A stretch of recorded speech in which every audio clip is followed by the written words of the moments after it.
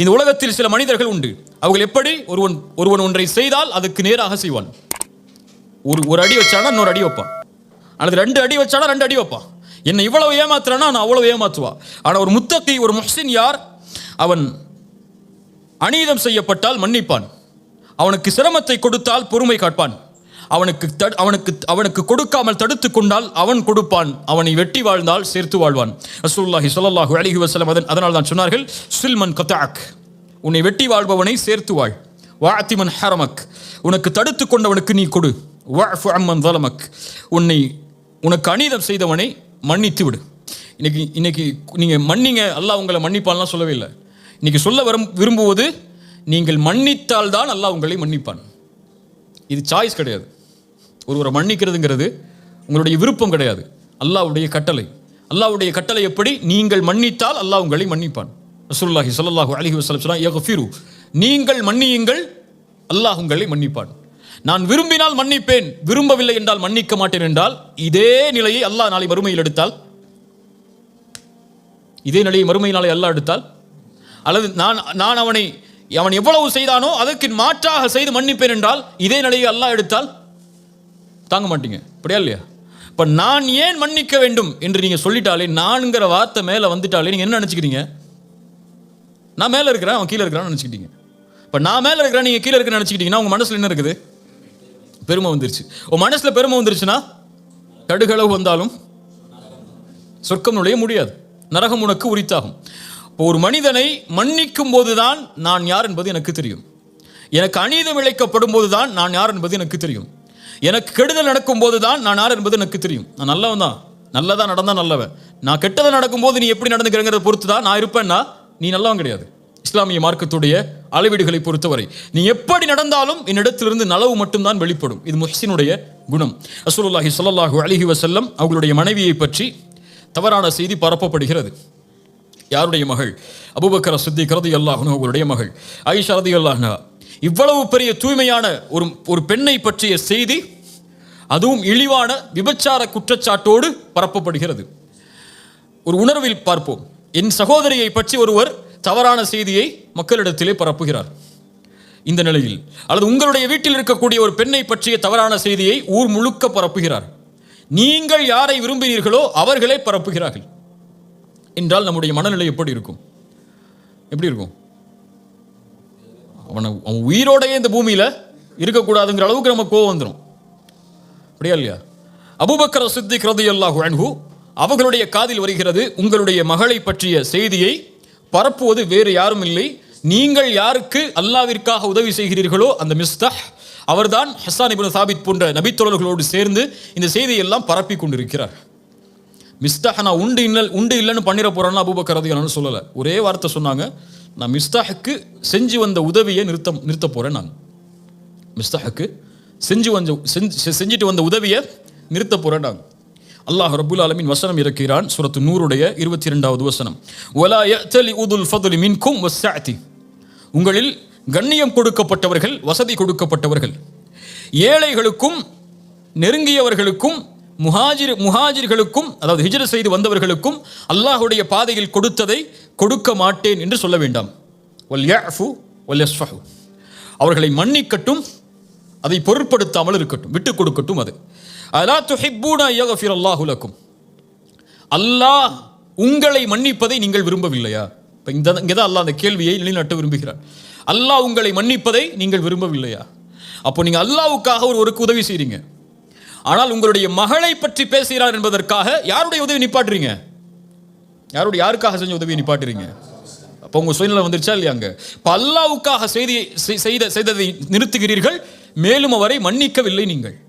நீங்கள் அல்லாஹ் உங்களை மன்னிக்க வேண்டும் என்று விரும்புகிறீர்கள், ஆனால் அதே மன்னிப்பை சக மனிதர்கள் உங்களுக்கு செய்தால் நீங்கள் கொடுக்கவில்லை. அல்லாஹ்வின் மன்னிப்பை நீங்கள் விரும்புகிறீர்கள் என்றால் அபூபக்கரே நீங்கள் அவரை மன்னித்து தான் ஆக வேண்டும். இதைத்தான் அல்லாஹ் சொல்ல வர்றான். நீங்கள் இதை விட்டு கொடுத்து தான் ஆக வேண்டும். மன்னியுங்கள் அபூபக்கரே, விட்டு கொடுங்கள். அபூபக்கர் ரலியல்லாஹு அன்ஹு உடனடியாக சொன்னார்கள், ஆம் யா அல்லாஹ், உன் மீது சத்தியமிட்டு சொல்கிறேன், உன் மன்னிப்பை நான் விரும்புகிறேன். இங்க நான் செய்யறது எதுக்காகத்தான்? என்னுடைய ஈகோ புதஞ்சு போச்சுங்கிறதுக்காக இல்லை, உனக்காகத்தான். அவரை நான் மன்னிக்கிறேன், அவர் மேல் நான் கோபத்தை வெளிப்படுத்தலை. எனக்கு உன் பாவ மன்னிப்பு முக்கியம் யா அல்லாஹ். ஏன் இந்த மனிதர்கள் எனக்கு செய்யக்கூடிய பாவத்தை விடவெல்லாம் உனக்கு நான் பாவம் செஞ்சிருக்கேன் இல்லையா? எல்லா மனிதர்களும் அதில் ஈக்குவல் தானே. ஒவ்வொரு ஆளும் ஒவ்வொருடைய பாவத்தில் தான் மேலே வருவோம் சொல்லி எல்லாமே பாவிகள் தான். ஆதமுடைய பிள்ளைகள் அல்லாஹ் பாதுகாத்த நபிமார்களை தவிர பெரும் பாவங்களை விட்டு விலகியவர்கள் அவர்கள். மற்றபடி மனிதர்கள் எல்லோரும் பாவிகள் தான். எல்லோருமே அதற்கு உரித்தானவர்கள் தான் அல்லாஹ்வுடைய மன்னிப்புக்கு. எனக்கு அல்லாஹ்வுடைய மன்னிப்பு தேவைன்னு யாராவது சொல்ல முடியுமா? எல்லாருக்கும் அல்லாஹ்வுடைய மன்னிப்பு தேவை. உனக்கு அல்லாஹ்வுடைய பாவ மன்னிப்பு வேண்டும் என்றால் நீங்கள் மன்னியுங்கள். அபூபக்கர் சொன்னார்கள், யா அல்லாஹ், நான் அதை விரும்புகிறேன். மிஸ்டர் ஹக்கு, நான் எதை செய்து வந்தேனோ அதை நான் செய்வேன்.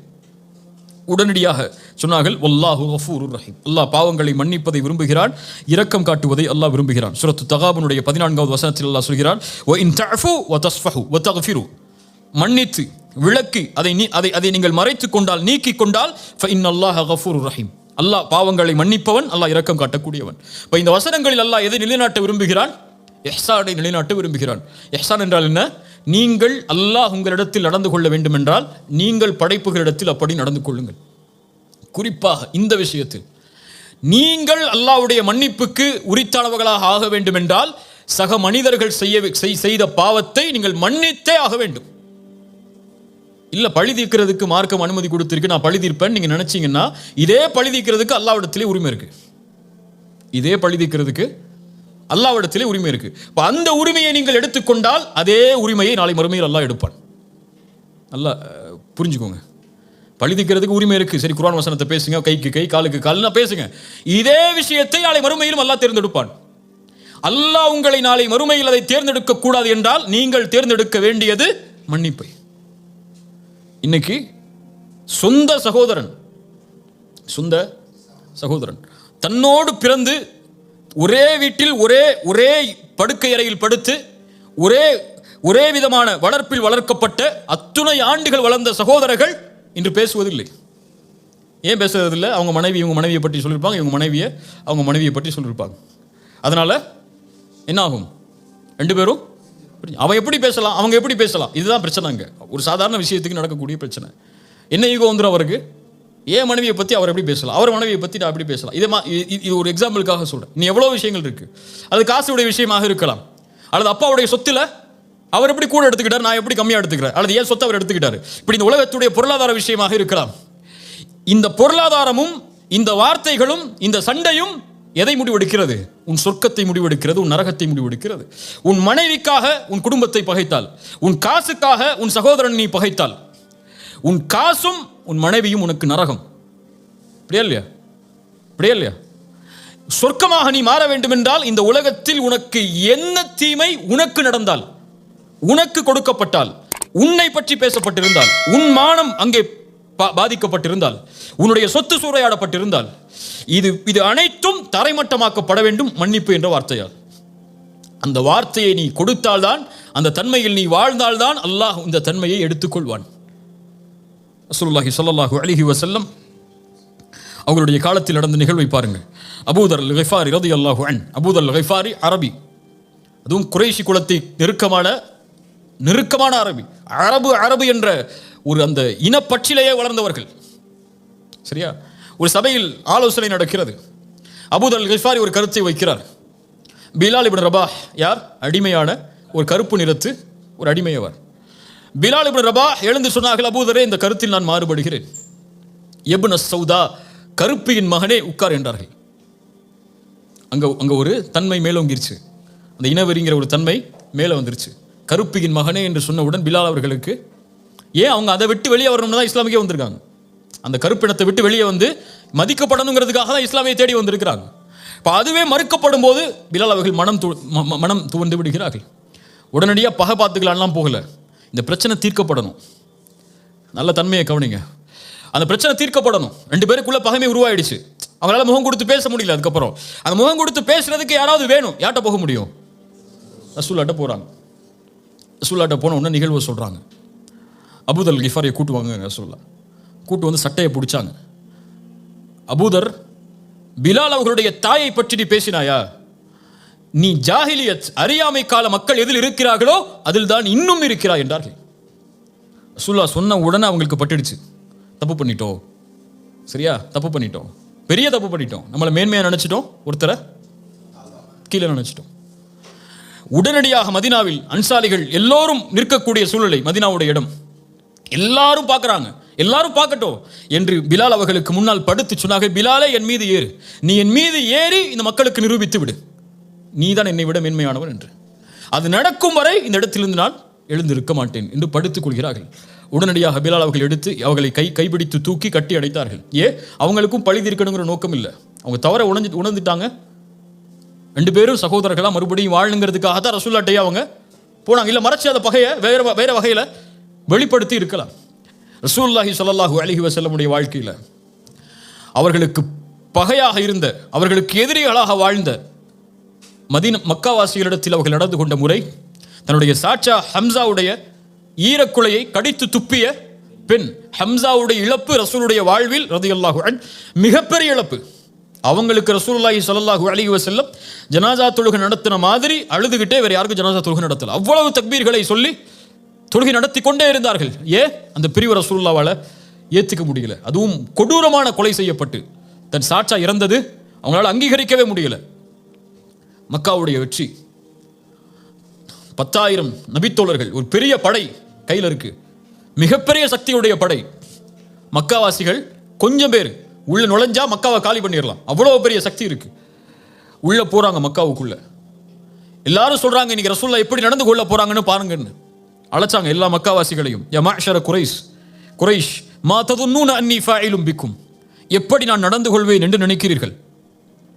மக்காவாசிகள் சொன்னார்கள், ஹைரன் அஹுன் கரீம் வப்னு அஹின் கரீம், கண்ணியமிக்க சகோதரனின் மகன், கண்ணியமிக்க சகோதரனின் மகன் நீங்கள்.